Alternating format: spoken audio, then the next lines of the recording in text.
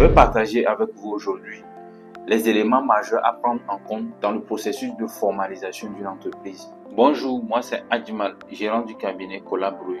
D'ailleurs, sachez que pour vous aider dans la formalisation de votre entreprise, Collab Reweny est à votre disposition pour vous conseiller à la carte et prendre en charge toutes les démarches administratives. Avant de créer une entreprise, il faut choisir une forme juridique sous laquelle elle doit être enregistrée. Et cette forme juridique doit être en phase, sinon adaptée à votre projet. Ainsi, vous devez absolument tenir compte de ces trois éléments que je vais partager avec vous pour ne pas regretter le choix de la forme juridique de votre entreprise à l'avenir. Le premier élément, ce sont les obligations légales de cette forme juridique. Par exemple, le capital minimum exigé pour cette forme juridique. En cas de perte, quel est votre degré de responsabilité des dettes sociales?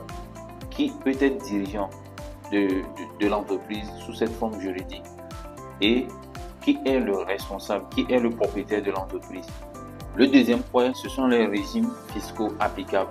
Vous devez absolument savoir le régime fiscal qui est applicable à la forme juridique que vous avez choisie. Vous devez savoir si c'est le régime de la taxe professionnelle unique, le régime de la TPU ou bien le régime du réel, c'est-à-dire le réel avec TVA ou le réel sans TVA. Ce point est très important car il va déterminer les charges fiscales que votre entreprise aura à supporter à l'avenir. Le troisième et dernier point, ce sont les formalités de création à remplir.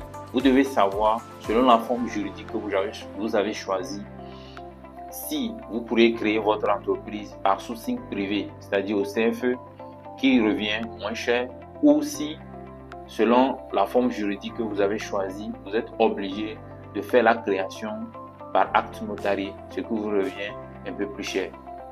En tenant compte de ces trois éléments que je viens d'énumérer, vous pourriez savoir si vous allez créer votre entreprise en choisissant la forme juridique personne physique ou en choisissant la forme juridique personne morale.